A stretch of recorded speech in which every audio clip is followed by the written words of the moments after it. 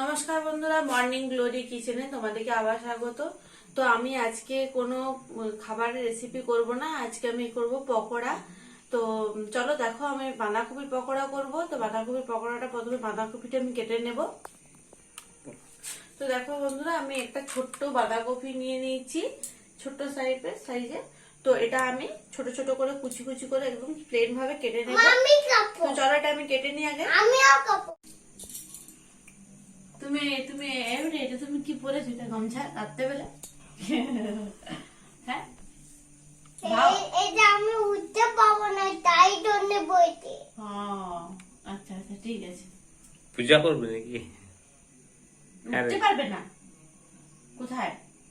বিচ্ছেতে, তাই জন্য বইতে। তাই? আর তোমার খাওয়া হয়ে গেছে? কি খেয়েছ?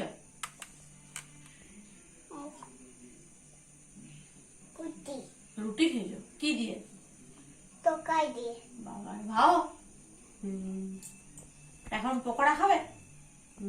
ঠিক আছে। তো চলো আমি বাঁধাকপিটা প্রথমে কেটে নেব।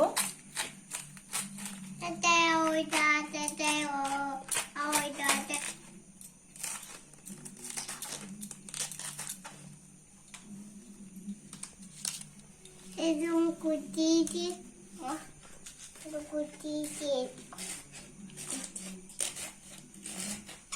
এরকম কুচি আজ হবে বাঁধাকপি চিকেন, বাঁধাকপি পকোড়া। বাঁধাকপি পকোড়া হবে। চিকেন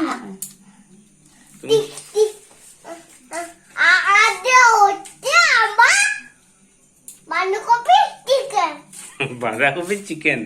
তুমি এটা নতুন নাম দিয়েছো বেটা। বাঁধাকপিতে কিন্তু কুচি হয়েছে। আচ্ছা, চিকেনটা কোথায় তাহলে? কেমন হয়েছে বেটা? বাঁধাকপিটা কুচি ভালো হয়েছে? খেও না। গন্ধ তুলছি না, বাঁধাকপি কুচিটা ঠিক আছে, ভালো কুচি হয়েছে তো। আর একটু বাঁধাকপি কাটতে হবে। সে তো কাটছে।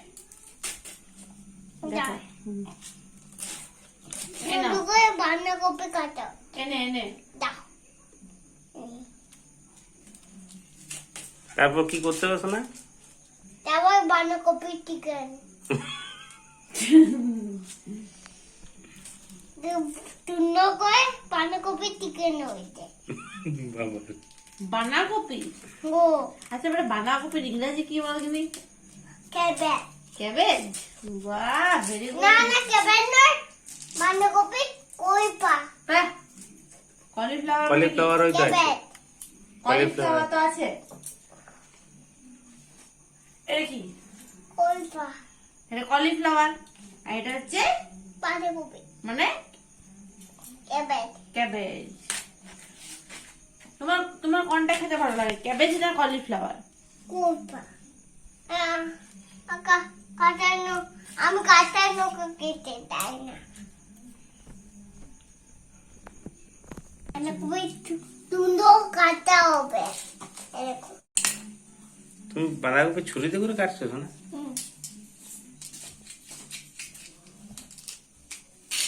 বাহ, তুমি কাটতে পারো ছুরিতে?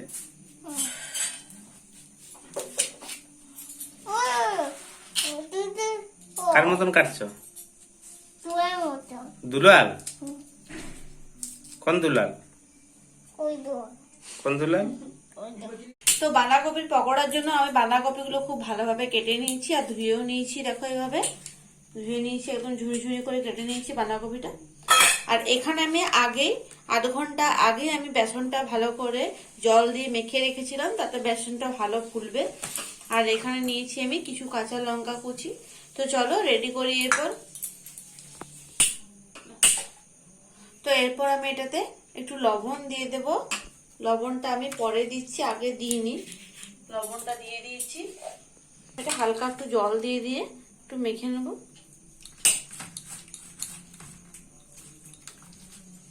তো এটা সন্ধ্যেবেলায় চা দিয়ে খেতে খুব ভালো লাগে। বাঁধাকপির পকোড়া চা দিয়ে খুব সুন্দর লাগে। এরপর আমি অল্প অল্প করে বাঁধাকপিটা মিশিয়ে নেব, অল্প অল্প করে মিশিয়ে নেব। বাড়িতে যদি কোনো অতিথি আসে তাহলে বাঁধাকপির পকোড়া দিয়ে চা দিতে খুব ভালো।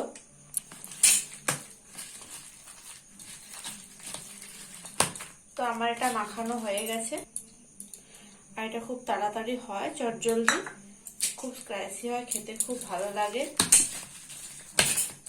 কাঁচা লঙ্কাটা আমি দিয়ে দিয়েছি, ভালোভাবে মেখে নিয়েছি।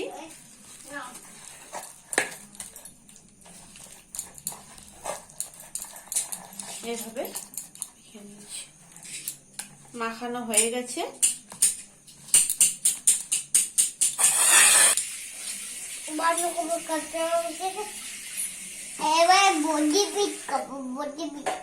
কি করবে? এটা একটু দেবো সানরাইজের জোয়ান, কিছু পরিমাণ। জোয়ানের গন্ধটা খুব ভালো লাগে। তাহলে ওভেনটা আমি ধরিয়ে নেব। এরপর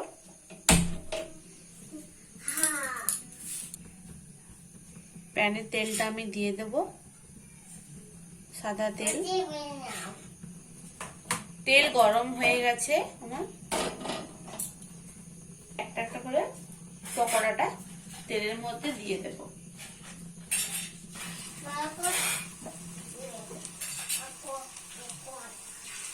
ছোট ছোট করব।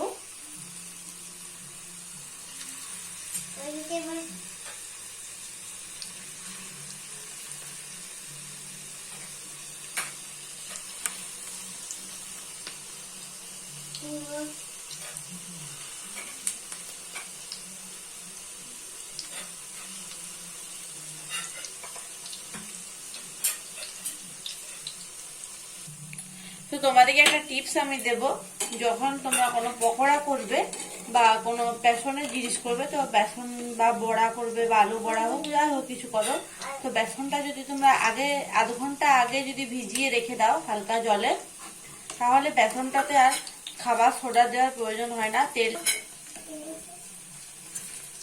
তোমরা তেল আগে বেসনটা মেখে রেখে দেবে, তাহলে তেলটা কম পুড়বে আর এমনিতেও খাবার সোডাটা লাগবে না।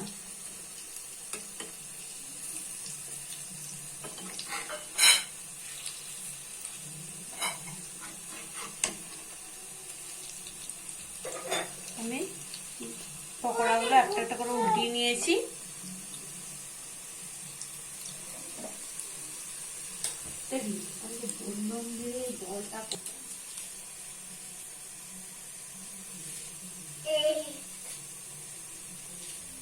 তো পকোড়াটা দেখো আমি আরেকবার উল্টিয়ে নেব।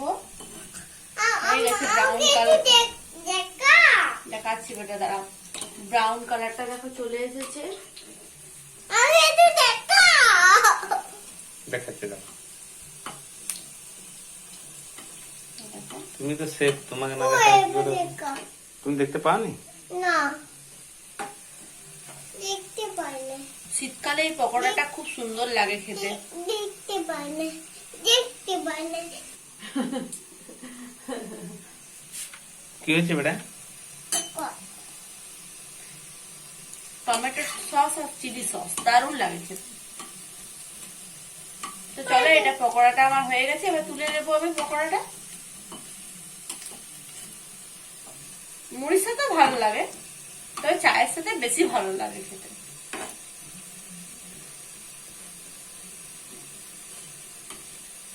হয়ে গেছে আমার পকোড়া, তুলে নেবো এরপর। পকোড়ার রেসিপিটা যদি তোমাদের ভালো লাগে তো ভিডিওটিতে একটা লাইক করে দেবে আর চ্যানেলটা প্লিজ সাবস্ক্রাইব করবে। আবার দেখা হবে নেক্সট ভিডিওয়ে। তো এখনকার জন্য টাটা।